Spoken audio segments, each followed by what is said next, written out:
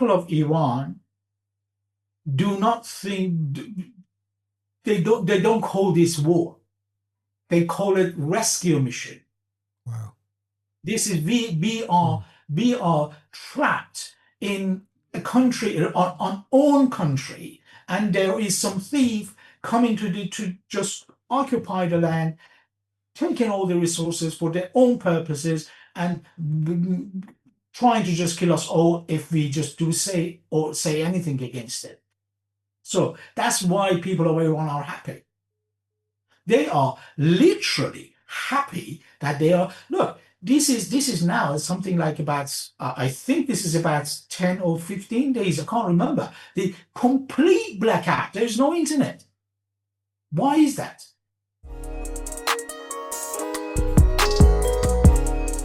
Visit us for updates and shows at affinityextra.co.uk. The views and opinions expressed in this podcast are personal and do not necessarily represent the views of Affinity Extra. Hello and welcome to the Ideologees podcast, the place where we talk about current events and diving into the ideological perspective. I'm your host, Mistermarkgee, and I got my co-host, Mr. Roger Moore. Hey. Yeah. Shaking that stirred. Yeah.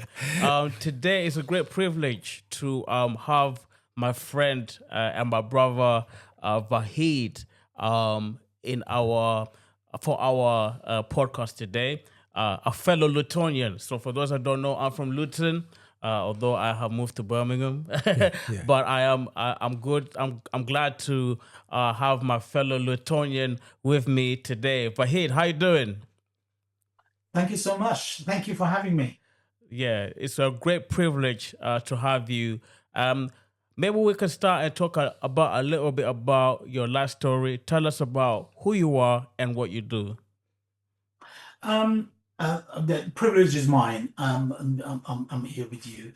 The first thing first, and I'm here something like 25 years now to this country. I came as alien, and then now still I'm here. When I came to this country, I didn't believe of anything. I did somehow believe in, like, agnostic, believe in God, but not any other things. The reason was the things happening in Iran by mullahs, by ayatollahs. Yes, since then, when I heard about the word, about Christianity, that's obviously took my attention, and then I just encouraged to read more, and then now I'm one of the followers of Christ. Amen. Praise God. Vaheed, I would like you to tell the audience a story that you once told me. I think Roger would really love this story. You were this close to being a Mormon. Remember, you told me, because you were trying to find out about Christianity and you almost got into Mormonism, but by God's grace, you found a true church. Could you tell us that story, please? Too many wives. Yes, actually, that was the first time I heard about Christ.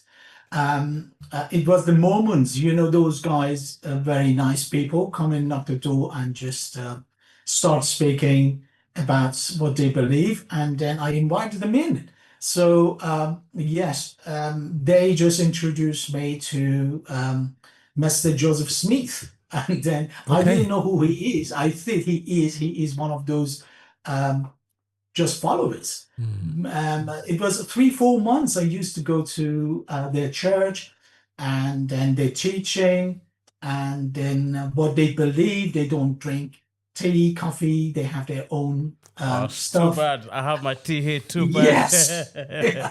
And then I remember I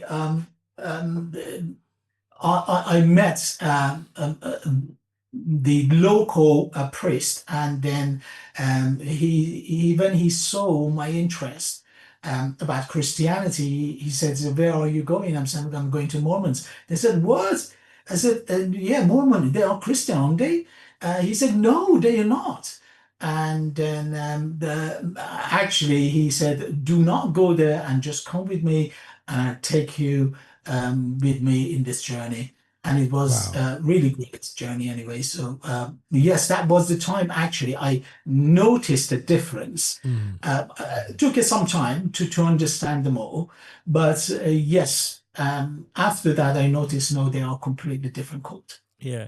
And by the way, we're not throwing no shade about Mormons. Mormons are actually generally very nice people, but we do have our fundamental theological differences. I'll make that absolutely clear. But very lovely people, very nice people. In fact, the way they engage with people is actually very winsome. That they actually want, it causes people to want to be interested. But yes, they're not biblically a Christian denomination, not a church. They have a different perspective. I would recommend at all. Now, what I would like you to let us know, you're very involved in ministry in my home church, a church that I love so much, a church where I grew up, Luton Christian Fellowship. Tell us how you came to, first of all, know about LCF, and also tell us about the particular ministry that you are a part of at LCF. Yes. We used to live in Leicester for about something like 15 years or so. And then we moved to London. In London, it was my almost first time, getting involved with Iranian church. Before that, it was always English church, and then and that's a going church, coming back, having our home study, like the home church, let's say. And once we moved in London, I got involved with Iranian. And then it was completely different experience when I saw the need to the hunger for hearing the gospel. And then I decided to just get more involved with it. After a while, it was 4 or 5 years, we moved to Luton, trying to see if there is an Iranian church. So we couldn't find. I said, okay, no problem. So we're going to find an Iranian now. So what we're going to do, we're going to just go all around, church by church, and see if we can find an Iranian. I was very busy at the time because I was trying to just renovate the house we just bought, and also just find a local church or any other Iranian. We went something like, how can I say, maybe 6 or 7 churches, sitting at the service, and after when it's finished, going to the priest, asking if there is an Iranian coming to this church. And everybody said no. At the end, there was one in the central. He said, we don't have any Iranian here, but I know somewhere that you can go and can find some Iranian. And they told me the LCF.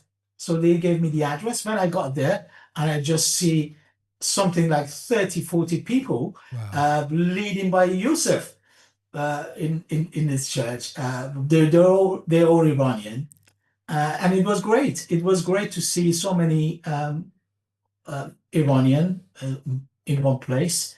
I know they are somehow, how can I say, they had to come. They are all asylum. They come in Asylum, yeah. And then, but it was great to see them, and then just talk about the Christ, about the word, and then how it works, and then all those stuff. That was this story. I saw Yusuf before all these things happened. I saw once when I came to the town, I saw Yusuf having a table down there. Yeah, he does a lot of street evangelism, yeah. Yes. And what was happening? I asked him, I really would like to come to see an Iranian. He said, yes, we have just a couple of people coming down. And then we changed the number, but it took 3-4 months. And I lost the number, lost the contact, until I found him in in LCF with those Iranians. Wow. So a little bit of context, Roger. Yusuf is Egyptian. Yeah. Okay, cool. And so he speaks Arabic. Yeah. There are lots of Iranian refugees coming to Luton and coming to LCF. Okay, cool. The good thing is that he would preach in Arabic, but then there was an Iranian brother who could speak both Arabic and Farsi.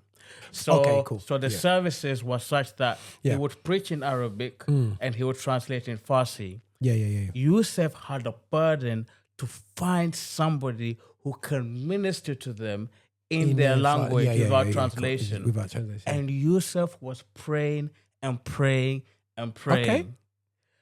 Vaheed was in Luton. He was in I believe he was in St. Mary's, which is not too far from LCF, a very nice Church of England evangelical church. Not too far from LCF. Okay, cool. They bumped heads. And Yusuf was praying, I need somebody to help me with the burden because a lot of refugees were coming to Iran and coming to our church. And Yusuf could not preach and disciple them all on his own. A lot of Iranian men, Roger, were coming to church. Okay. So much so that I believe now in LCF, there's 4 church services and the 4th one is Iranian. There's so many, there's like a large contingent of Iranian community. Brilliant. And I believe it was a godsend that he was in Luton because then he now works alongside Yusuf, not only preaching, but discipling. So much so that a lot of these men did not come to this country as Christians. They became Christians. Okay, cool. And some of them very solid. I would like to tell, I know you know this story, Vaheed, but I would like to tell Roger briefly. Yeah, go. This is how solid they were in their faith. There was one time, because they're refugees, they don't have a lot of food, etc., etc. No disrespect to Muslims, but there were, I think it was during a religious festival. I believe it was the end of Ramadan. Yeah. They were giving out food. Okay, yeah. But these people who were giving out food were giving to people on the basis of the fact that they were Muslim. Okay, cool. Yeah, got you. These people who became new converts, they said, we're here for food, but I cannot deny Jesus. Yeah. They did not give them food. And they they said, we're not going to take the food. We believe in Jesus. We do not believe. And a lot of them are being baptized. They've come to faith. And it's just, it's such a beautiful thing what's happening in the church. Something that we did not, I think it's something that is a move of God that's happening in that church. I don't think it's something that anyone manufactured. Okay, cool. The God is really moving mightily in the lives of so many people who have come from Iran to our church. So much so that the church has now demanded that we have a 4th service led by Farsi and Yusuf preaching the gospel, discipling the Iranians. A lot of people have been so solid in their faith. They're now they're being baptized. They're studying the Bible, and they're very public and ashamed to say we follow Christ, no matter what pushback that they have, and it's just so beautiful. It brings me to tears. The fact that these people did not come. A lot of people, I'm sure they had no idea about Jesus. They get exposed to the gospel. And they come to faith. They come to faith in it's a marvelous thing what the Lord is doing at that church. And I'm so grateful for you and Yusuf for the wonderful work that you're doing in reaching out to these people and it's not like it's not like a segregation thing either where the Iranians, they just do their own thing. They feel they're a part of they mix up. Yes, there's language barriers, but they do feel a lot of love, even among the how can I say the locals, and it's just a beautiful thing. What is happening, and yes, it's an amazing thing what That's God cool. is doing, and I pray that God continues to cause your ministry to grow and grow and grow. Absolutely. So, I want to now talk about Iran in a more wider context, but I want you to go a little deeper into you becoming agnostic. What are some of the things that you saw that caused you to become agnostic in Iran? What are some of the things? Let's go a little deeper into that. Yes. Just to let you know, I grown up to a very religious family. My mother was just like one of those who covers from head to toe. And always it was just in black, and it was always praying 5 times a day, and even very, how can I say, big supporter of the regime. And what was happening after revolution in Iran, before, with all respects to all Muslims, this is nothing to do with Muslims, but this is about the nature of the Islam from the very beginning. We didn't know these things. We didn't know how it works. People just going to mosque or going to pray at home and then just doing the daily thing, not knowing exactly what it is inside this book. And if you really would like to live with it, it's going to be horrific somehow. I know some people would say it's different translation, it's many things involved, but for us as an Iranian, we felt it very closely. We know how it works. And then when we saw the mullahs, how they treat people, how kill people for their own purposes. The regime is just like very totalitarian completely. They do not tolerate any other voices, any other things. So what they're trying to do, they're trying to suppress the other voices. So obviously people, when seeing these things, they do not want to be controlled. They have their own voices, they have their own things. And then it just like people just start just going back and think more a little bit about what these things are. So at the age of somehow 22 or so, I become just like believing nothing. And then I said, this is all rubbish. It cannot be God. There cannot be no God. If there was a God, why these things happen? Why does he allowing these things happen? So there is no God. So I'm pretty sure there is no God. And then these are all rubbish. And then they just politics. After a while, and I become more like optimistic. Okay, there is God. I'm sure there is. But surely these people are not those who sent by God. And all these books, including the Bible, including any other believing human, but regardless what they believe, these are, none of them are God. There is one up there, but this is not a God who can communicate. There is some creator, but obviously there is not such a thing as someone who can communicate with us. They gave us all the tools and everything, and now if you are clever enough to use those tools and live like human, and then so obviously there is a consequences for what you do. So that was my mentality when I come to this country. That was whole.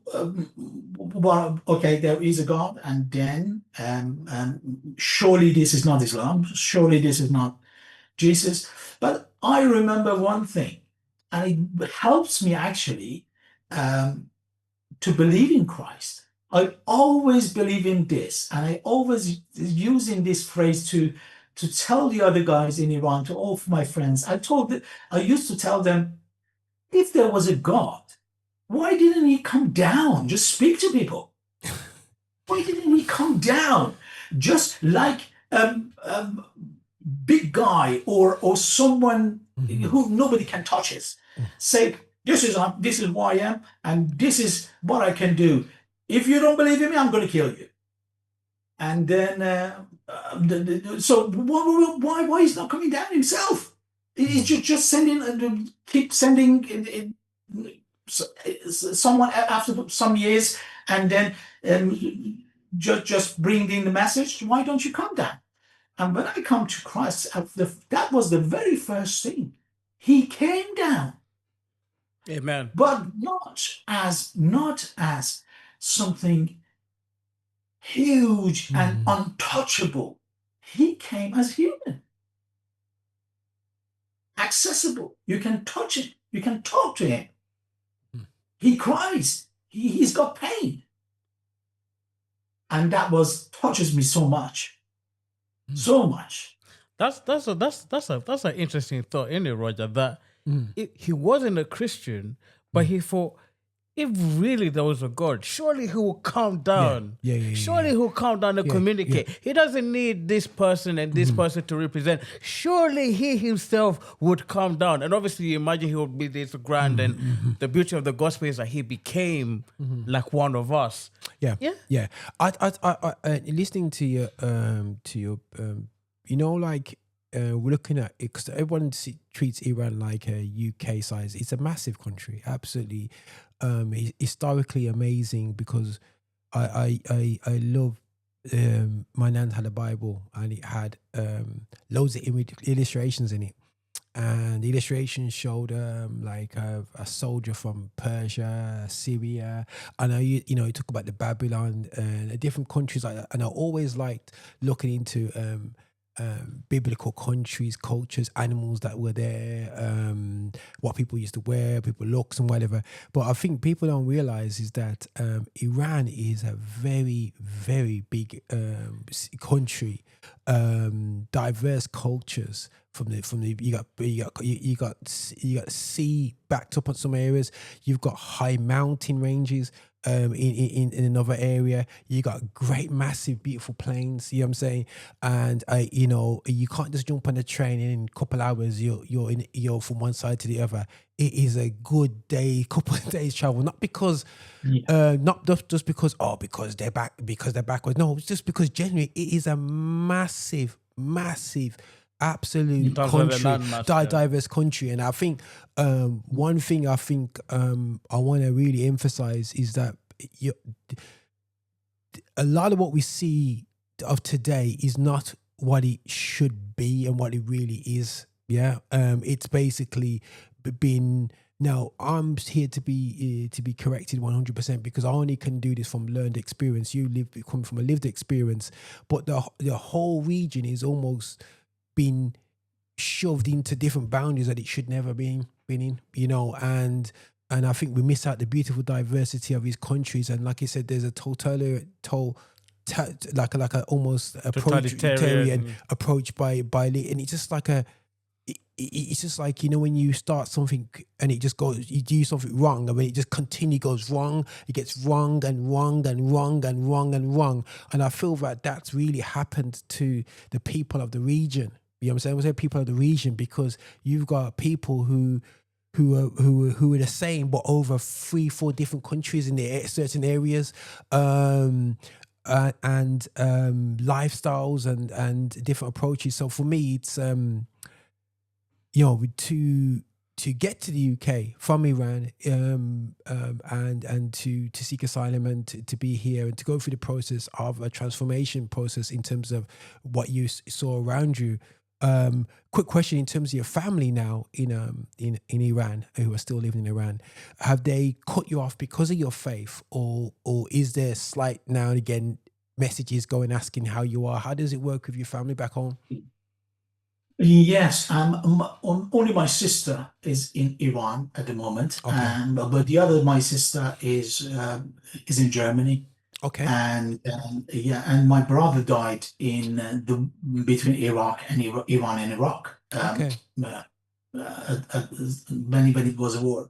Yeah. As I said, as a result, what they did in Iran, many people they are not believer. My sister, not believer anymore. And but they are not, how can I say, not Muslim, but not any other thing. Yeah.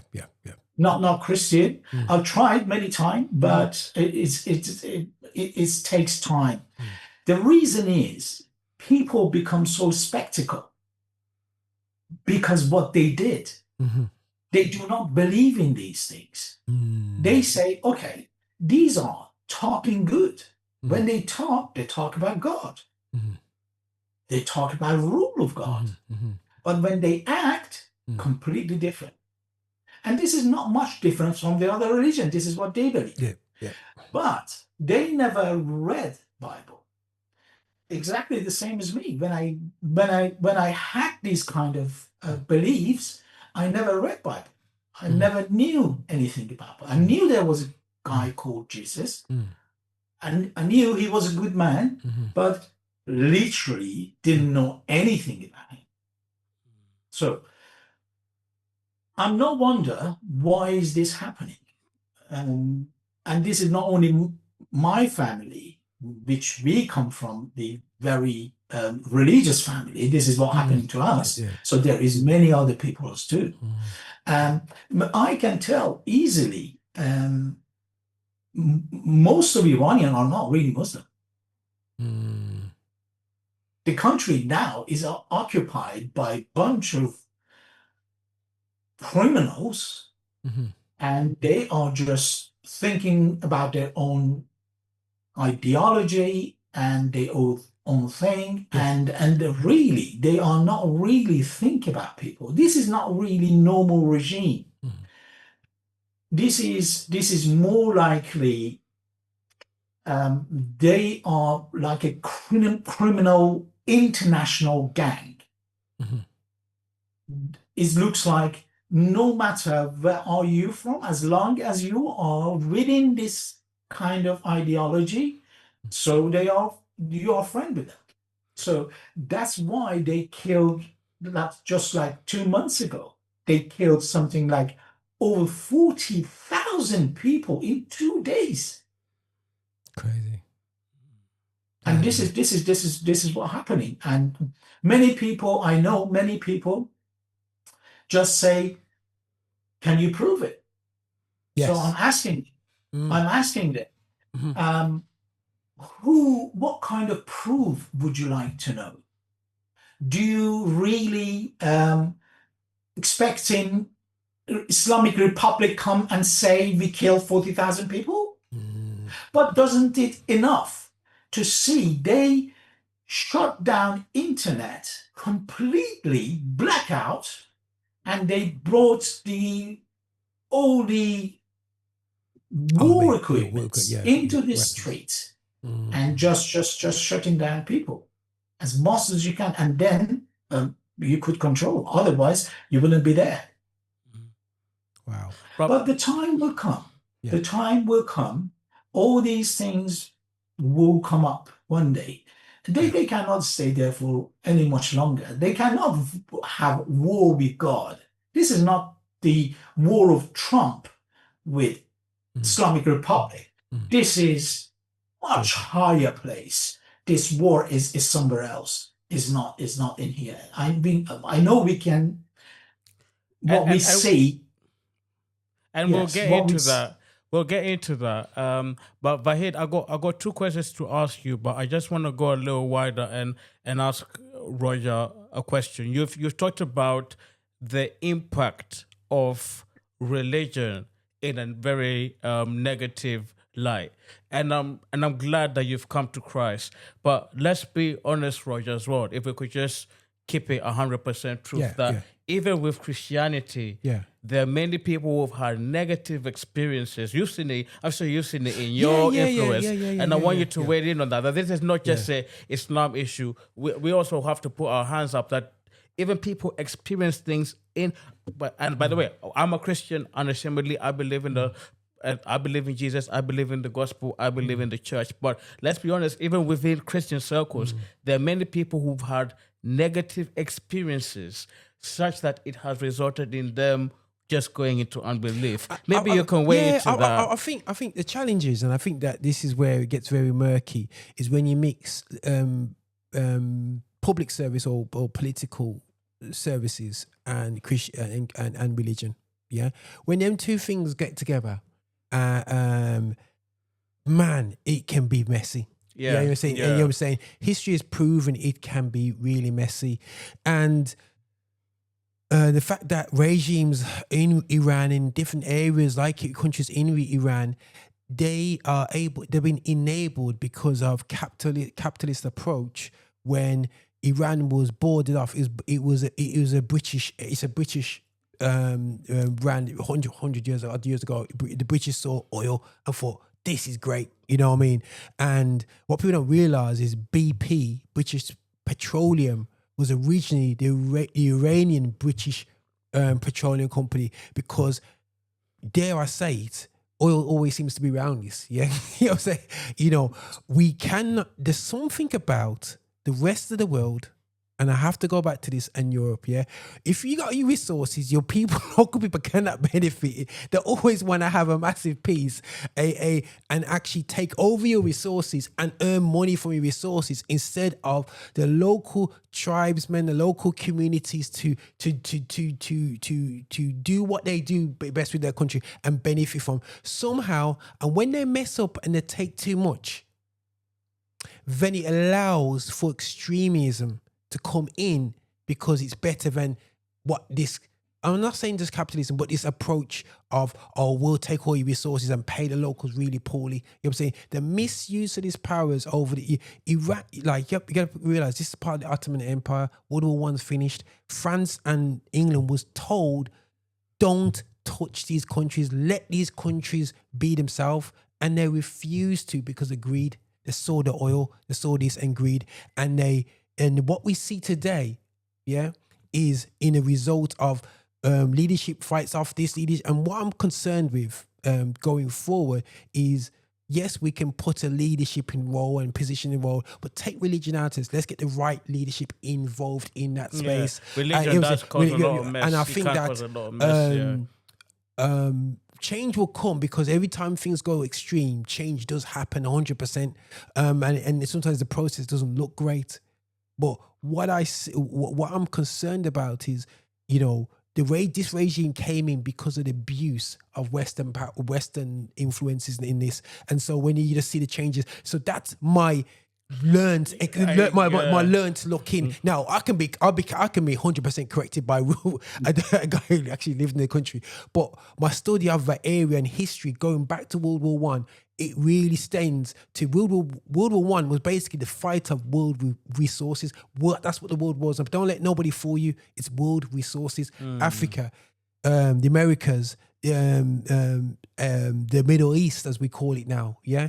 It was the fight for that, you know. But I'm here to be corrected, bro. So you just correct me if you need to. Yeah. So we're gonna let's get into a bit of context a bit, because I'm glad. Thank you for answering that question. And yes, I think I'll put my hand up and say that yes, even when Christianity mixes with politics, that is a mess. But also, I just want to say to everyone, even on a personal level, a lot of people have been hurt, not just in Islam, but also in Christianity. People suffer all manner of things by people who claim to follow God, and as a result, they just decide not to believe. So it's very important, even for me as a Christian, about how am I living my life, just on a personal level, in such a way that misrepresents Christ, that people say, I don't want nothing to do with him. So I think I just wanted to kind of hone in on that yes, we could talk about Islam and the dangers of Islam, but I think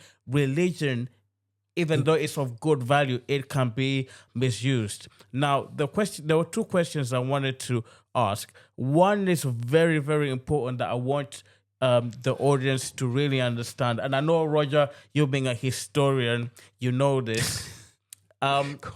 Iran was not always a Muslim country, was it? Could you please just shed the light about the history of Iran before the revolution in 1979? I think it's very important because a lot of people, when they think Iran, they'll always think, oh, Muslim country. But if people look into the history, they need to understand that that was not always the case. So could you please tell our audience about that? Yes. Mark, the thing is, Iranian, they are not Arabs. They don't speak Arabic. We do have some parts speak Arabic. How can I say? My father, my mother, they prayed 5 times a day in Arabic. They didn't know what to do. They didn't know what they say. Okay. They because they are speaking in Arabic. They just memorize the word and they just repeating it 5 times a day. So they didn't know what they say. The thing is, Iranian somehow they think they are Muslim, but they are not. They are not practicing Islam. They are just showing that they are. Okay. Ritual, just mere ritual. Yeah. Yes, but even those days before revolution, there was many people, they were just without hijab.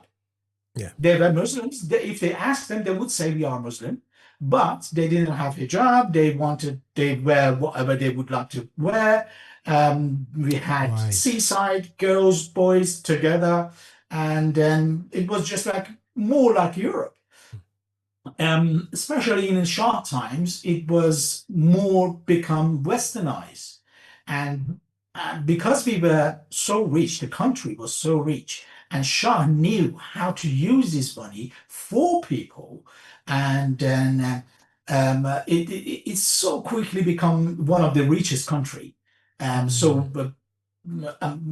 Literally after, how can I say, 30 years or so, Iran become one of those fastest growing in economy on that region.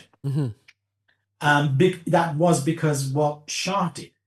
But about the people were Muslim, if they asked them, they were somehow very respect to what they believe, although they didn't know the core of what they believe. But they were just like very liberal, like modernized Islam.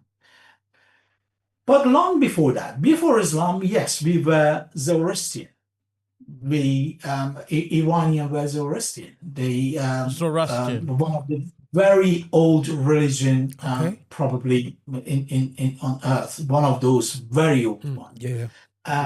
And still, when Islam came to Iran, so they killed many, and then some of those who left, who could survive, they moved to India. So now is most of the biggest community of Zoroastrian is in India.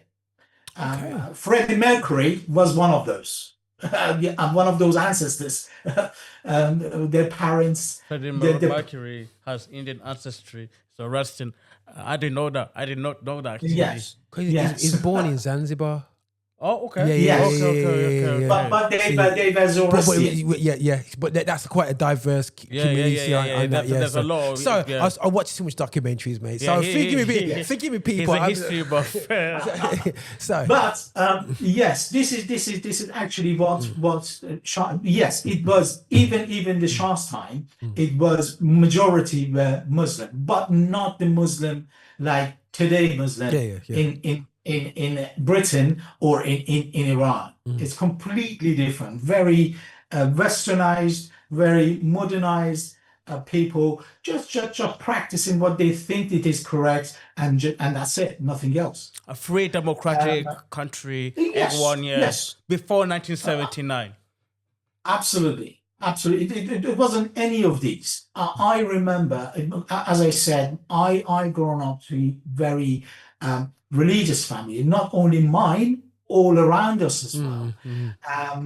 The whole family. I remember every Eid in the family, we used to go to our granddad a big house, something like hundreds people there, and just the families, not friends, only the families, and they were all Muslim, but very modernized, very just like normal people. Yes, we were Muslim, but not the way it is in England. The first time I saw Muslims with veil, it was in England. Oh, I never seen it in Iran. Okay, so We don't. so what was happening in the 1970s that brought about the Islamic Revolution? So what we're beginning to understand, and by the way, thank you for the wonderful history lesson, Vaheed. So quick one. Can we say the CIA? But are we not allowed to say that? Sorry. I'm glad, Roger, you said that. What? So I want people to understand, Roger. I know you know this stuff, bro. But no. This is for everyone I was else. checking if we're allowed to say CIA. This is for everyone else, okay? This is for everyone else to learn, okay? So let me ask a question, brother. Let me ask a question. What was the context that brought about Iran's transition from that free, modernized, democratic society to what we now know as the Iran that we know today under the religious system? Yes. Okay. Let me tell you this. Roger started first. I think it was early 40s. Go on. Appreciate it. We had parliament. We had parliament. We had the Reza Shah, which was the father of late Shah. He was in like power. the king, right? He was like the king of Iran, Yes. right? Okay. Yes. He was the king of Iran. And then what was happened? He had, although he was neutral, but he had a good relation with Germany. And in World War II, Britain and the Soviet Union thought, okay, it might be a little bit dangerous because of maybe Germany would like to use the Iran resources and other things. They decide to attack Iran. Soviet Union and England attacked Iran and invaded Iran. So what they did, they removed Shah, the Reza Shah, which is the father of late Shah, and put his son instead. So he came to power, his son came to power.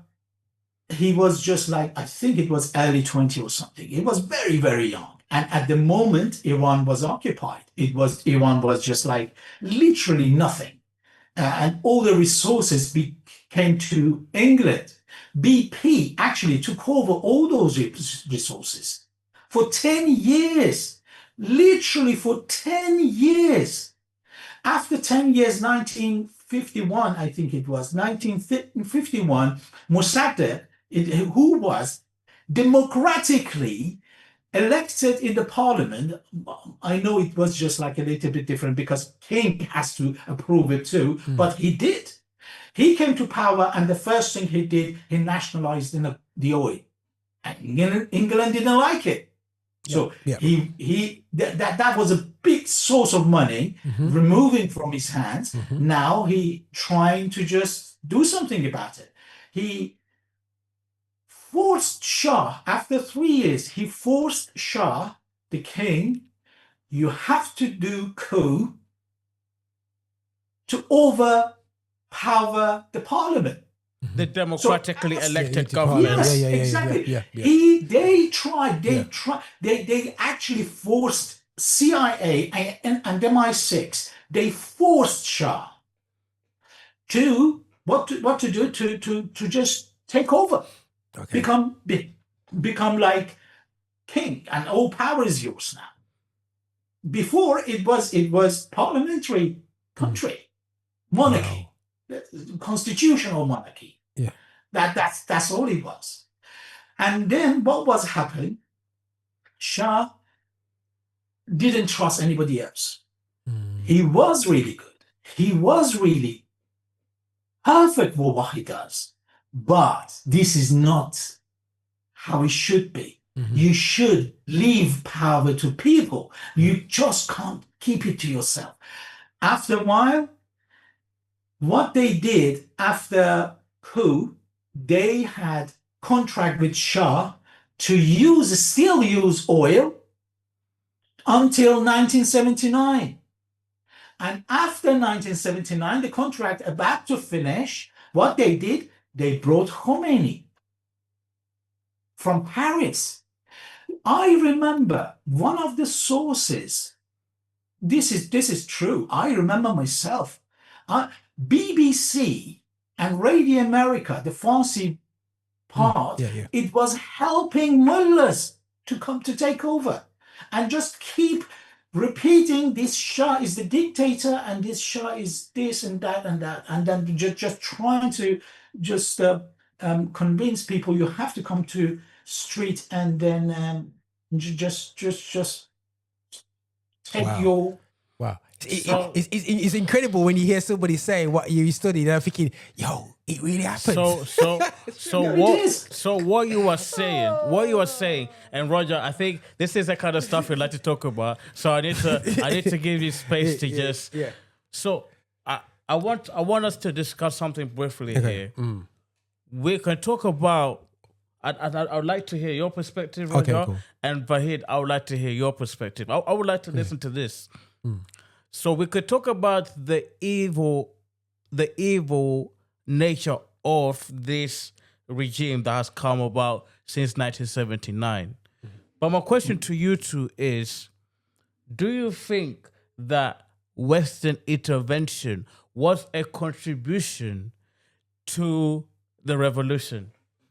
Do you think that because of the West intervening because they wanted the resources of Iran, that is a context? This is my whole problem. Right, there we go. With Western intervention right now, because it comes from a place of so-called purity. We're coming like we never created this issue. That is the problem when it comes to specifically America, France, England, a touch of Russia. No, 100% Russia. You know what I'm saying? When it comes to this region, there's been proxy war over proxy war. And you know who suffers? The peaceful man who's just doing his little farm just a nomadic border gets dragged into his tribe, gets dragged into war after war after war because all about this.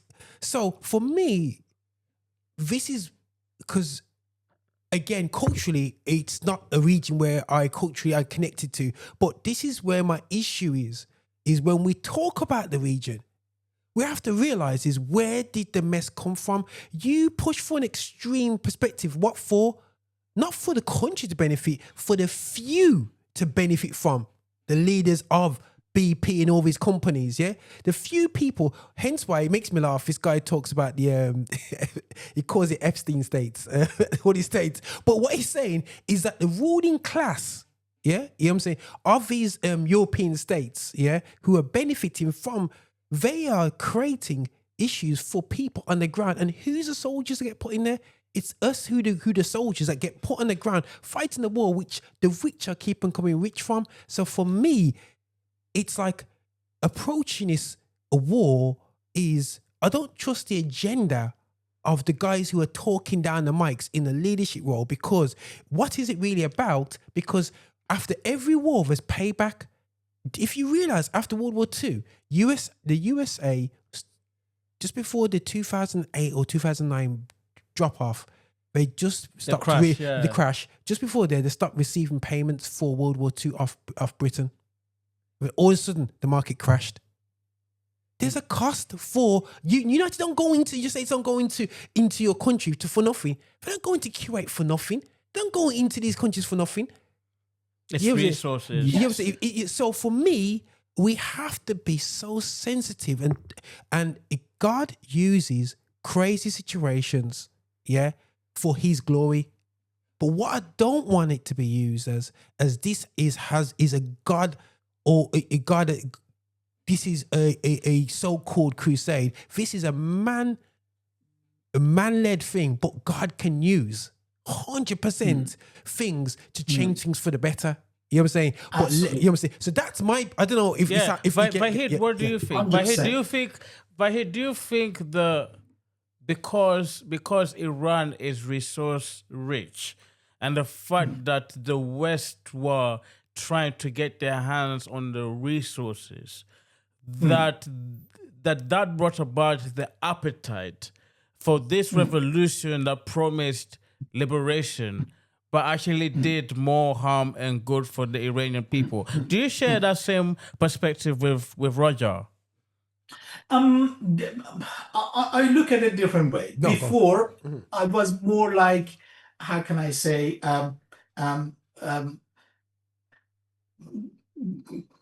spectacle. But today, I am pretty sure God's hand is in Iran.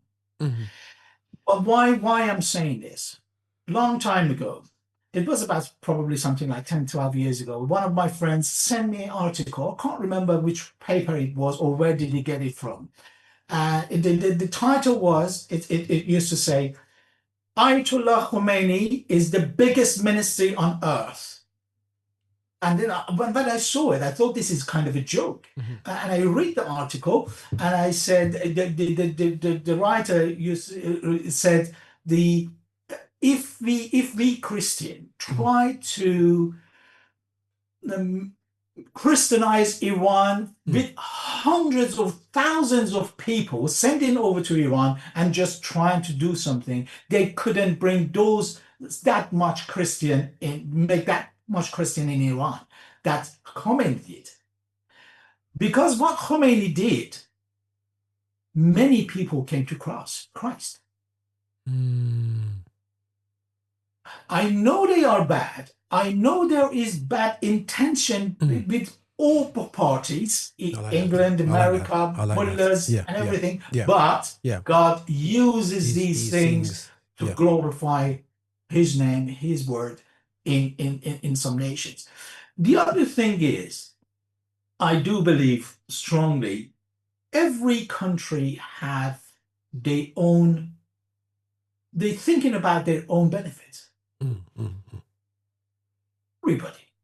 This is a big market. That's the earth, and there is many countries, and each country has to just think about themselves. And I know some of them are so bad, but it's for me to be clever, cautious, with open eyes, trying to just think about myself. I know what they've done to Iran, England, America now. They are just like, look, this is what I heard literally a few days ago. I didn't know that at all. That's the first thing I heard. The first things, one of those things that I never heard before. There is gas sources in England, somewhere between England and Scotland. I can't remember the name. Apparently, this is one of the biggest gas fields in there.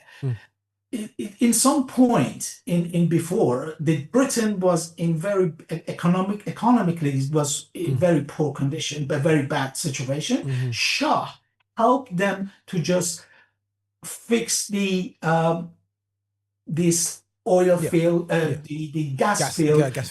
Yes. And then whatever comes out after that, 50-50. You have to just get, and whatever benefit comes after that, you have to just cut it to 50-50. They never paid anything. What? Since the revolution, 47 years. Go and check it in the Wikipedia, check it in the internet. It will comes with all details. Yo, and this is what no, this is what I'm saying now, yeah. When we cross off African leadership, Middle Eastern leadership for corruption, when we cross off all these other nations, Do you think this nation hasn't been involved with corruption at a level? It's just to do it while drinking tea and smiling? But just don't do it as blatant and as blasé as our people back home in the cronyism. And this is what, see something like that annoys me so much. It's because you've already spent 100 years. I call it the zone of there's Pakistan, there's Kurdistan, there's Uzbekistan, the last stands in that area, and a lot of that region was literally the late 1800s. Yeah, they're finding this. You know what the Germans planned to do? This was a joke, bro. Because of connections with the Ottoman Empire, they wanted to get a railway track all the way over into, I believe, as far as Iran, to be honest, because it was just the one over to Iraq. They wanted to go from a train all the way so they could move the oil, because oil was a thing. And the British, and we look at the Crimea, the Russian and British wars and different things like that. It all boils down to these deals being brokered, and let's not make these guys look like they got a heavenly motive. They're a bunch of crooks. You know what I mean? I'll be honest with you, and it's disrespectful because what they've taken so much out of you, they take your cut out of BP, out of Iranian petrol, but they take your cut out of that, but the little that they help over here, I can't even pay the dues. And the other thing is, if you, there's still politics, you see, there's still politics. Look at this. Keir Starmer, all the European leaders asking, put the Revolutionary Guard of Iran, IRGC, in a terrorist list. And everybody asking for this, but England still don't do it. Why you don't do it? You know what's happening all around the world. You know what they're doing. Just a few days ago, 4 ambulances. Do you think is this just nothing to do with the Islamic Republic? This is all about them. But why don't you do what you should do? Just these are terrorists. You know that. The reason is because perhaps, this is what I think, but many Iranian things, they believe that Keir Starmer and the big politicians here do not like mullahs go, because this is still good benefit for them. Okay. Because they can. Yes. Because they have just appeasement all the time. Just still doing trade with good money, very cheap money, cheap oil, cheap gas. So cheap resources. So do you think, and I noticed there's something, I remember, I never forget, I watched the former Syrian leader. I remember, and I saw him with a British wife. I thought, let me just do some research into this. And like the former French and English kind of zone areas, what you tend to find is that there's a level of business that's going on, yeah, that the leadership won't press the button because it affects their cousin or their people or their grouping or their hedge funds, the different things. There's a level of, and this is why I can't move away from, God will use situations, but don't make this out to be God-centric. Yeah, leaders are not going, right, God has said we need to clear these Muslim people out because it's no. God will use a situation to change a leadership to free his people. But this is not about that. This is about, can't go in properly, but we're going to slap you on the wrist. But if we slap on your wrist any harder, we might have to, it might get very messy for us because the truth will come out in certain areas. So we're going to play a game and come out. That's what it looks like to me. From what the information is, you're saying. There is a saying I heard in university: follow the money. Follow the money. I was gonna say it's YouTube channel. It seems like the underlying theme with underneath all this is. I remember my lecturer said with a lot of the issues of this world. follow the money, follow Yes. the money. Now let's fast forward to where we are now, and I discuss this in I do this thing called 1 minute memo where I just give my thoughts about a particular issue. Let me paint a little bit of context for you, Vaheed, and I want to hear your perspective as an Iranian. And Roger, I want to hear your perspective as well. So, if you remember in the early part of this century, when the days of President Bush, President Clinton, and Prime Minister Tony Blair, there were obviously they painted, quote unquote, the reasons why they intervened in war, and by and large, a lot of people supported that. They had a lot of people supported George Bush. You know, they're conservatives. So we say a lot of the conservatives in America were like, yes, you want to go to war? We're right there with you. Let's go fight. Let's go wage war. But they've also, what these very people who have supported these leaders who have gone to war is that they've seen the aftermath of these wars and they do not like it. They do not like. I mean, let's think about Afghanistan and Iraq. They're actually just bad, a mess, if not worse, than when these Western governments decided to intervene and wage war. Now, these very same people who would be very happy when the president wages war, right now a lot of people, the Trumpers, are very upset with Donald Trump because his doctrine was America first. Let's leave the world alone. Let's focus about ourselves. That's a good point. Yeah? That's a good point. And now they've waged war in Iran. The same people who would have said, okay, yeah, that we're there with you. We believe that we should go. If you say we need to go to war, okay, let's send our troops and let's do what we do. But because of what they have seen in Iraq and Afghanistan, they said, no. We're not going to send our daughters, our brothers, and our uncles into war. We've seen what happened. We've seen what happened in Iraq and Afghanistan. We're not going to. I don't want you to go to Iran. Now, that's a perspective on one hand. People do not have an appetite for war anymore because they've seen the aftermath.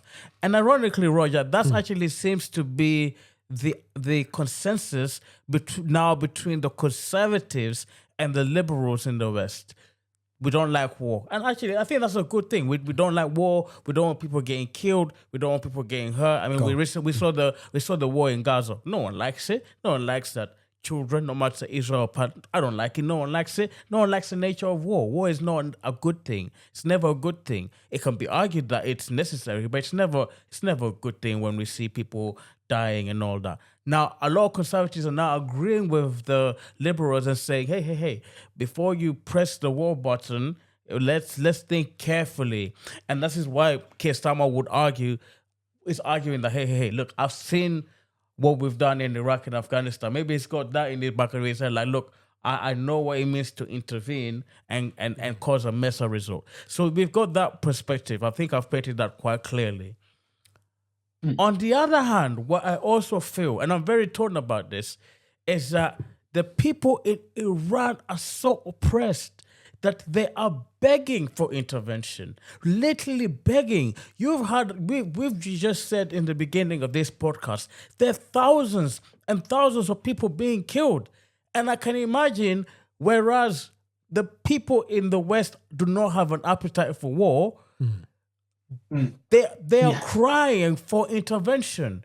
And for me, I'll be honest with you, I'm honestly torn about this because by the way, I was never a support of the Iraq war. I don't really know about the Afghanistan. I mean, obviously, they could say September 11 was what caused them to go and get Osama bin Laden, and Obama finally got him. Fair enough. I'm not really sure about that now because the way they left Afghanistan, Vahid, the Taliban are now ruling Afghanistan. So what have we done? Yes, we've got rid of Osama, but Afghanistan is just as bad as it's ever been. I even remember the helicopter, the helicopter just, I mean, so it's like, so this is why I'm torn. It's like the people in Iran, and I think a lot of people sympathize, they're going through persecution and oppression. And you're like, yeah, we got to do something about this. But no one in the West West, no human, no, a lot of people in the West, no matter what side of the ideological aisle, has an appetite to go to war because they're like, okay, you get rid of the leader now. It's not like they haven't done that before. We've covered Yes. that. But what is going to what will be the transition? What will be the transition? Because what we don't want is things going from bad to worse. But yet again, I hear that on the other hand, it's like, guys, the Iranian people are saying, they're crying, guys, get us out of this hell that we're living in. Come and do something about this. We are dying. We are. How many lives do we need? And it's no wonder that the state television has shut down the internet and the media because they do not want to. No one wants to see. If people saw, I believe, if we saw those thousands and thousands of bodies, like you have said, how can you see that and say, "Oh well, let's leave it alone. They'll sort it out." There's a cry there for intervention, but Vahid, we've seen intervention before, and conservatives, liberals, socialists, no matter who you are, they've seen it with their eyes. We've seen the intervention, and we don't like it because we leave things even more messy. So, with that in mind, Vahid, as an Iranian, as a Christian, what is your perspective? Jeez. Before, I was hoping these things happen, but I came to the point.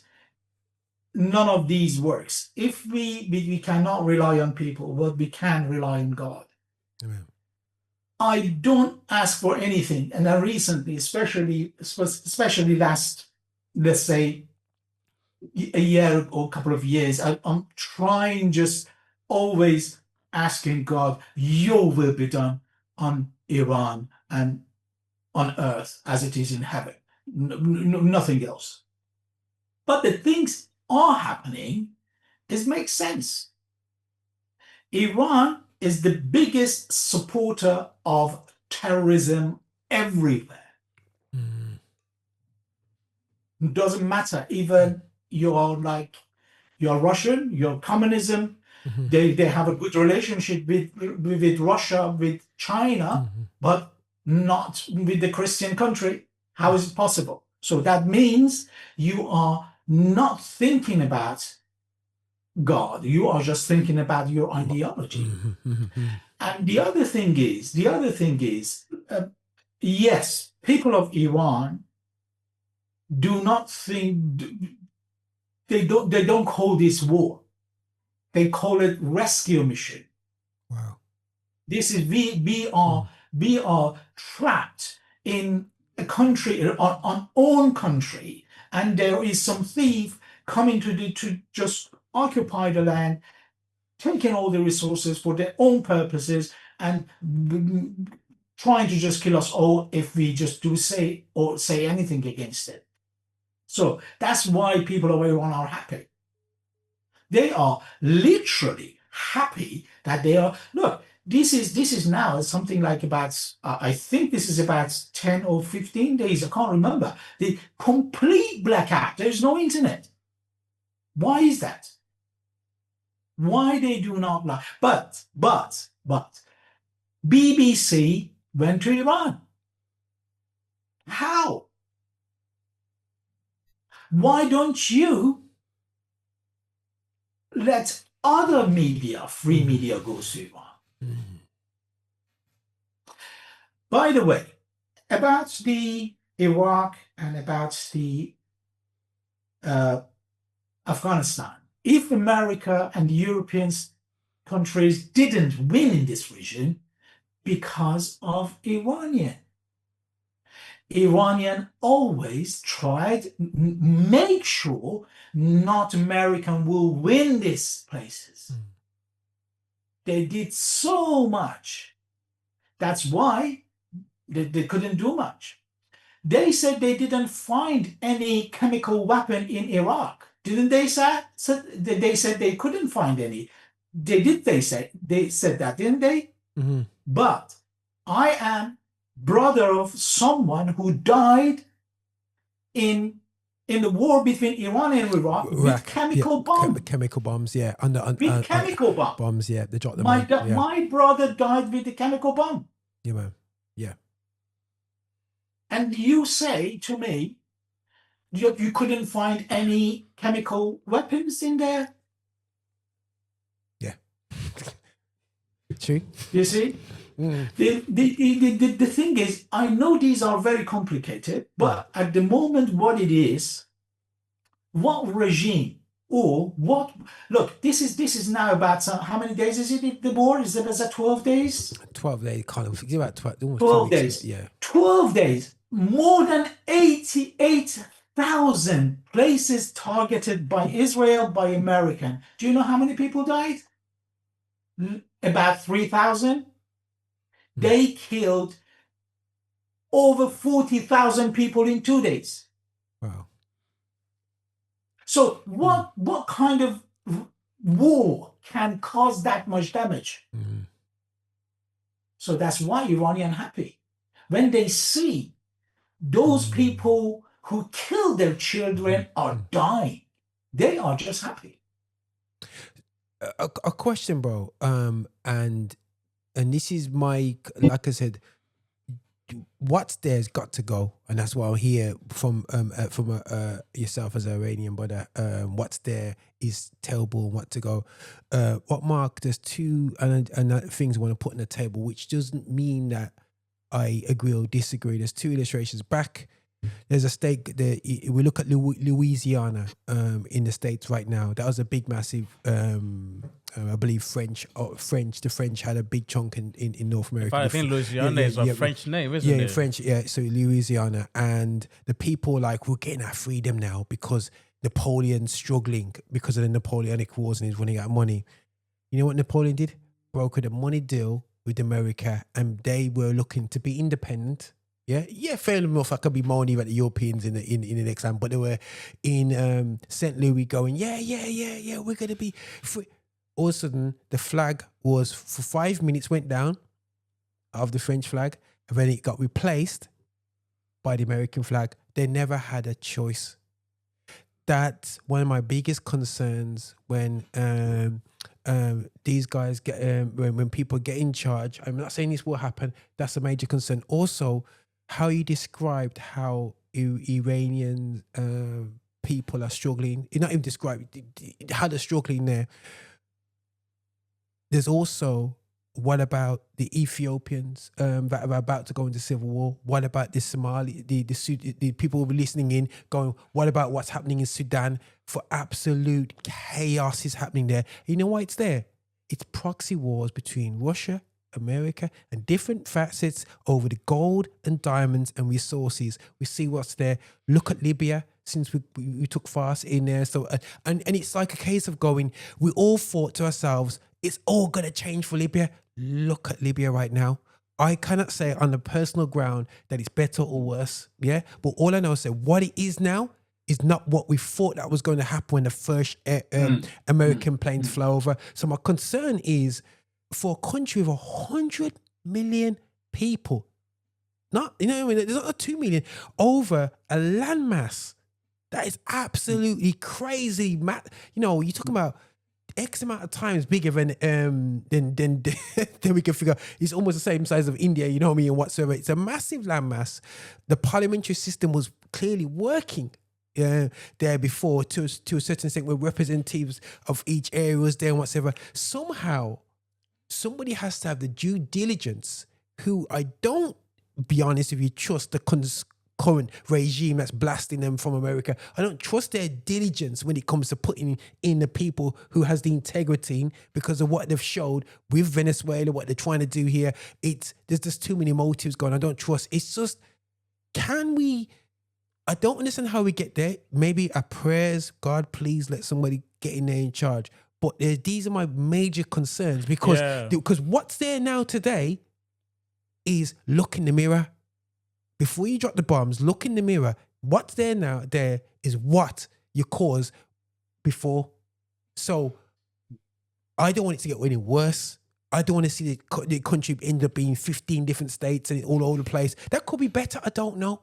Yeah. You know what I mean? I think it's yeah, and I think Vaheed, you put it quite clearly and quite truthfully. It seems like a very complex issue. It's complex if we don't intervene, and it's complex if we intervene. And Yes. I guess it's just a question of what kind of complexity are we going to choose? Because and also that's what the UN is there for. Yeah. This is what the UN. Yeah, but here's another thing. Here's another thing, and I think Vahid, I want you to shed light on this. So a lot of people who are opposed, a lot of the Western countries who are opposed to the Iran war are saying, let's get into the table with this regime, bro. This regime wants. I mean, look at what is at the heartbeat. Look at what is at the heartbeat of their beliefs. How can you negotiate with? You can't. How can you negotiate with a regime who their heartbeat is they want to destroy Israel? How can you have a regime that? And this is why America, because in Iran there's uranium, and with uranium they can build nuclear weapons, and with nuclear weapons they can finally carry out what they've always wanted to do. To first of all, number one, destroy the big devil. Number one, who's that? Israel. Okay. And number two, the small devil. Who's that? America. That's what they want to do. So Yes. a lot, but the this angels is advocate- no. angels advocate. Wait. This is a complexity. Who has nuclear bombs? How can you know? Who has nuclear bombs in the world? Yeah. What nations? No. It's true. No. It's true. Flip side. It's true. The It's flip true. side. The flip side. Yeah, but is- they're not going to use it unless they have to. What? Come on, They do. bro. They do use it. They do use it, bro. But listen, listen, bro. End of the day, so World War II. Who used the who used the atom bomb and felt no way about America. it? And how much people? And what I'm saying to you, it's amazing. And I'm not saying you're wrong or right, but we're gonna be careful because I'm saying it's complex. Nuclear I'm saying bomb. it's complex. No, 100%. But what I'm saying is the nuclear bomb. Yeah, who has nuclear powers and nuclear weapons? I mean, very few nations. Yeah, but you do not hear. Yeah. What this is a difference right now. Go. On face value, forgive me, between the Western countries and Iran.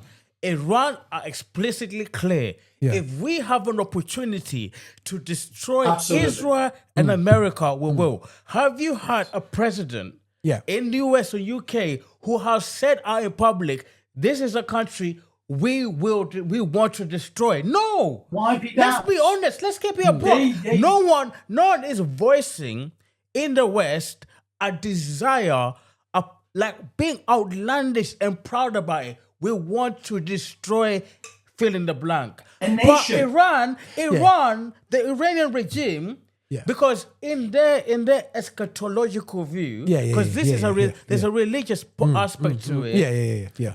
Destroying Israel and America, according to their theology, will bring about the last days. Their last days that they're yearning for. So there's even a theological and spiritual element to their politics that is motivating them to be gun-ho about wanting to destroy. Because according to their theology, destroy Israel, destroy America, their Christ or their figure will come down to earth and all will be well. That is their vision of the last days. That is their heaven. That is the heaven. Now, how can you negotiate with such people?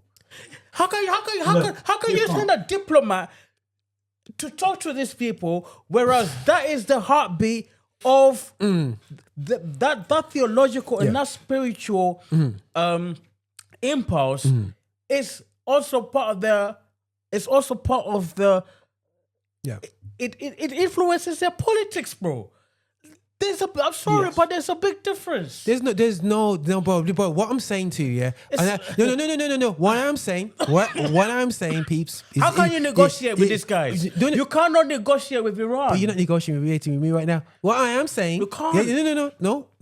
What I'm saying is ultimately still, So what you're saying that you're saying that it's a very sensitive situation to get them. Unfortunately, we couldn't negotiate with the Taliban 10 to 15 years ago, but now they're in charge of Afghanistan. You know what I mean? So either way, they get the land. You know what I mean? What you said that you couldn't negotiate with. Yeah. So you don't negotiate it today, they'll get the back land in 10, 15 years later and be even worse. Yeah. So what I am saying, yeah, is. You're saying you can't negotiate these people because you're saying that these guys are not. And they're just going to prolong their plan. They say, okay, we can't destroy Israel now. We'll destroy Israel later. No. Or whoever they want to destroy. Right, I'm just saying, right, the way forward. God help us. Honestly, only God can help. No.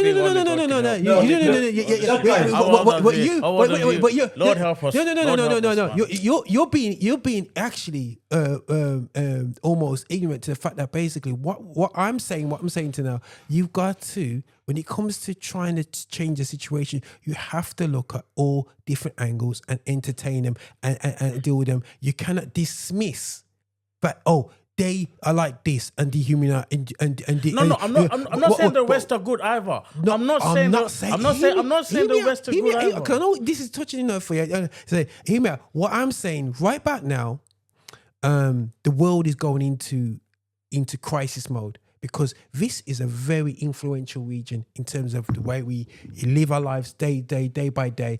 Each day it's going to get tough. Now, there's that angle. There's the other angle of, okay, we can't discuss with these guys in power whatsoever. Somehow or another, we've got to, when they say they exhaust every avenue before you get to certain stages. You know what I'm saying? I'm not saying that I can't be on this podcast and tell anybody here there's evidence in history of a successful way of doing this. Yeah, there is no history. I think our knees is the best way, and say, yo, God, how are you going to do this? Is how you're going to do this. But my only concern is the vacuum that is there afterwards.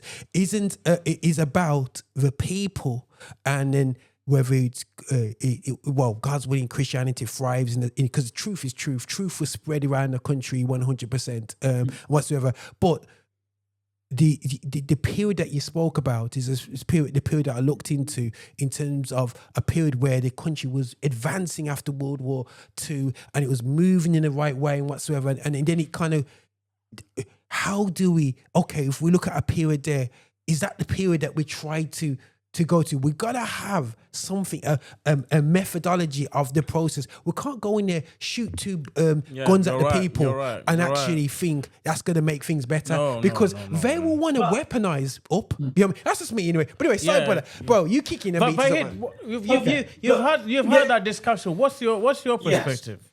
Yes. Look, I'll give you a picture. Look, since the revolution happened in Iran, in 1979, when the Moros came to power, we have Hezbollah, we have Houthis, we have Palestinians. Hamas. Not all Palestinians. Yes. Hamas, Yes. No, not all Palestinians are Hamas. So we have to make that clear. Yeah. But bear in mind, in Gaza, they are the democratically elected party. By Palestinians. I would say I think a lot of Palestinians will be happy with Hamas now. Yeah, of course I think not. There's a large contingent of people who don't like Hamas. I believe so. But what I'm trying to point out is, since mullahs came to power, they came to the source of money. Because exactly what Mark said, these people, they have some sort of ideology, then they have to impose it because they believe if they chosen to do this. They elected by God mighty to just, I'll put you in Iran, all with all resources, all the money, you have to do this. And what they trying to do, they are trying to just make Parksies as much as possible. So the region at the moment is just like become hostage of these group of people, even Afghanistan, Iraq. Look, how many forces we have in Iraq? Why there is so many forces? What, it shouldn't be centralized by the government? No, because they are supported by mullahs in Houthis, in Yemen, in many other places. They are in Europe. They have people in here. Because they have money, they can make trouble wherever they want. Even on mullahs, while they are in power, this region would not see peace. These people must go, should go, and it won't happen by people. We tried it many times, and they killed us. Jeez. So it won't happen, but by voice of people, they as soon as you talk, they will kill you. They put you, they imprison you, they torture you, and this is what happened. So this is beyond the people's ability. So now I'm so glad the other Western countries understand why we have this regime in this region, in Iran, there will be no peace. Even Arab countries all agree with America. Although they don't say it publicly, but they are happy. They want this regime to go because they cannot be fixed. They ideology, they think, whatever they believe, they cannot be fixed. As if they, I do understand this is difficult time for everyone, economically, or any other things. But if you leave this regime in place, tomorrow is going to be much worse. Okay. Yeah. This is what it is. But they do not hesitate to just bomb the Israel with nuclear bomb. They do. Believe in me, they do. Yeah. They don't care. Yeah. Because I think I remember years ago, their leader turned around and said he didn't believe in the Holocaust. It never happened, didn't it? He was the Iranian leader. About 10 years ago, he said, yes. Exactly. He said, he don't. I was like, wow, let's not get Ahmadinejad. You know what I'm saying? Yeah. Let's not get too deluded. so I was like, wow, are you that oblivious? But what I will say, it's sometimes, guys, I remember younger and when I was younger, believe it, I was younger. Many years ago, I remember the nuclear situation with Russia, with USSR, the Cold War. And I remember as a child growing up, they always said that Britain was the first hit before it hit America, and always would talk. There was that fear of a nuclear bomb because. That was our reality growing. It sounds weird, but that we knew of that, and not saying we lived our life like scared, but we knew that was we're very close to USSR. And then one day, click, the Berlin Wall came down, and it came down in such a way where you went, and then all of a sudden, regimes were falling. Left, right, and center.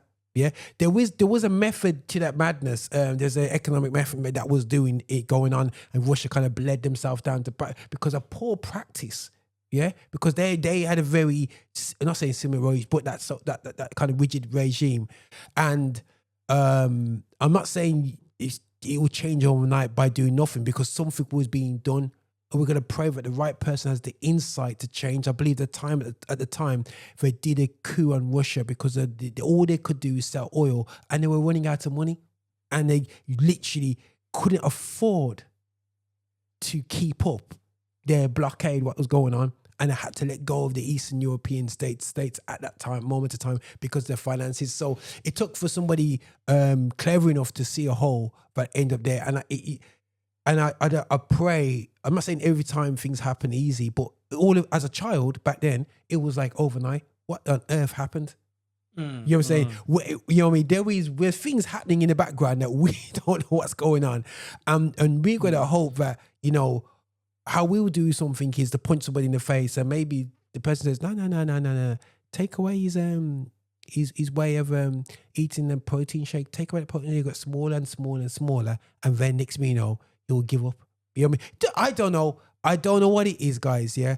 But 100% with both of you, the regime out, yeah? I get it. 1,000% get it. You know what I'm saying?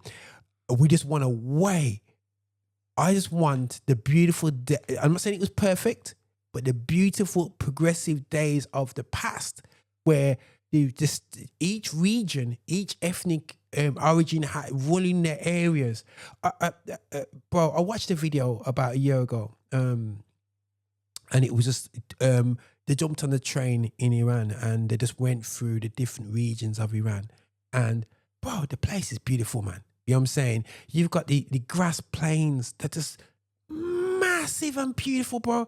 And then you go into the hills and mountains, and then you go to the seaside, like on seaside, but you know when you go to the beach area, and it's you go into the Indian Ocean, bro. You know what I'm saying? And the warm air. You know what I'm saying? You go to and you see the city of Tehran, and you're thinking, the place is beautiful, man. You know what I'm saying? Absolutely, such a diverse, beautiful space. Yeah. You know what I'm saying? Yeah. And we pray that it goes back, or goes to become even better than it's ever been, and it goes back to the people.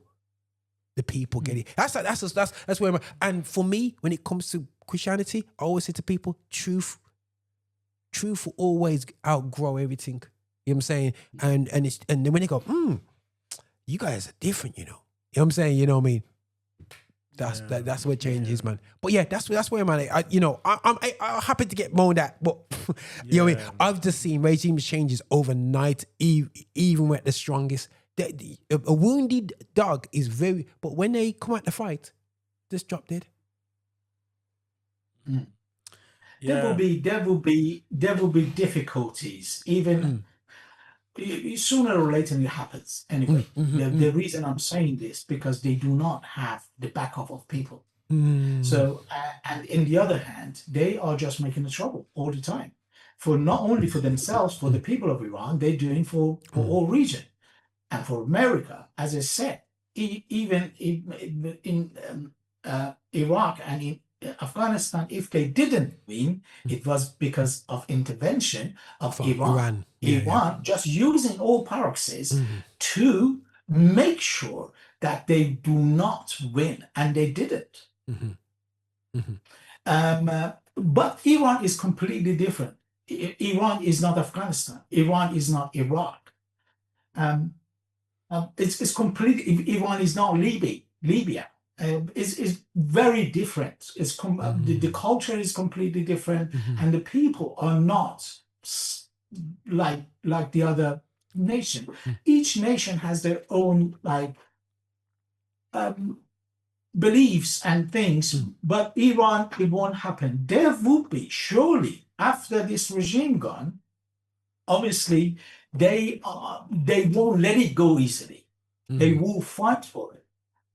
It will probably some unrest after that, but eventually it will come to people, and the people will fix it for better. And I'm pretty sure on this, and this is my prayer. This is my prayer. One day this is happen, and all who forced to come to this country, and I love England anyway, but go back to where we come from, and just do whatever we have to do. I mean, for me, the biggest joy, go there and start on my ministry in Iran. That's my joy. That's what I really would like to do. England is completely different. England is the place. Let me tell you a story. It was something like 7 or 8 years after when I came here for the first time. I went to Iran, I went back to Iran to visit my family. I tried to just be quiet, just do nothing silly that's upset regime or anything. It was only 20 days. Okay. I spent with my family down in Iran. When I came back after 20 days, I felt I came back to my country. Wow. I was thinking to myself, who I am. Your country is in Iran. Your language, you still cannot speak this language. But I came to my own country. The reason is because of the pressure and then the toxic environment they made it there. Oh, wow. You always think someone just following you, asking you, where were you for 7-8 years? You were with our enemy. Are you spy or anything? Or any other things, for many reasons. You remember, Nazanin Radcliffe Zakari put them in prison for 5-6 years for nothing. There was something anyway, but it was completely irrelevant. Yeah, relevant, yeah. But what I'm trying to say is, this regime, with this direction, goes nowhere but trouble for everyone, everywhere. It has to stop somehow. It has to stop. You will. I'm pretty sure the many other countries backing up this attack. But end of the day, my hope is the will of God happen not only in Iran, everywhere. But in Iran, I do believe this is going to be the start, because if this regime goes, the next regime wouldn't be Islamic. It will be democratic, liberal country. And once it's happen, and you will see, it's already, Iran is the fastest growing Christianity in this region. And this is huge. Imagine after people got free, and you can go there and freely speak about the word, what's going to happen after 10 years? Come on. And this affects all the other areas as well. It would affect Turkey. It would affect Afghanistan. It will affect Iraq. And once country become just like more flourish somehow, and then it will be some sort of like inspiring for other countries. Yeah. And I hope this is my hope. Yeah. I leave it to God. Amen. Yeah. Amen. Yeah. Amen. Vaheed, thank you very much for your time. Thank you for engaging with us with this conversation. And perhaps there's no better way to end this conversation. Perhaps we can join you in prayer, and we can give you an opportunity to pray for Iran. And Okay. Amen. Vaheed, pray. Lead us in Do prayer. you mind if I speak in Farsi? Pray in Farsi? No, please do. Please Amen. do. ای پدر آسمانی، شکرت برای حضورت. شکرت ای پدر آسمانی برای این فرصتی که تو در کنار ما هستی. فرصتی که ای پدر آسمانی تو میخوای خودت رو مکشوف بکنی بر مردمانت، بر فرزندانت، برای اون کسایی که دلشون برای تو میتپه. خداوندا، خودمون رو به حضورت میاریم، ایران رو به حضورت میاریم و ای پدر میخوایم که دست قدرتمند تو بالای سر ایران و تمام مردمانت که اونها رو به نام خوندی ای پدر باشه ای پدر، و اون کاری رو انجام بدی که در اراده تو هست. هممون به دستای مقدستون میسپاریم در نام عزیز عیسی خداوند دست رو طلبیدم با شکرگزاری. آمین. Amen. Amazing. Cool. Thank you so much for having me. No, thank you so much. Thank you so I love much. it, man. I love it, man. Great I love privilege, it. Yeah, great man. privilege, I appreciate it, man. Yeah, Appreciate it. thank you so much. Have a good night, Vaheed. Listen, Bye-bye. bless you, man. Goodbye. Yeah, Goodbye, man. Roger. Take Goodbye, care, man. Bless you. Good night. Take care. Bye. Bye. Thank you for watching the content we're putting out. Listen, make sure that you are liking, subscribing and following us on all our social channels, including patreon.com. Make sure you're finding us on there to support what we do so we can support you. And remember, guys, be extra.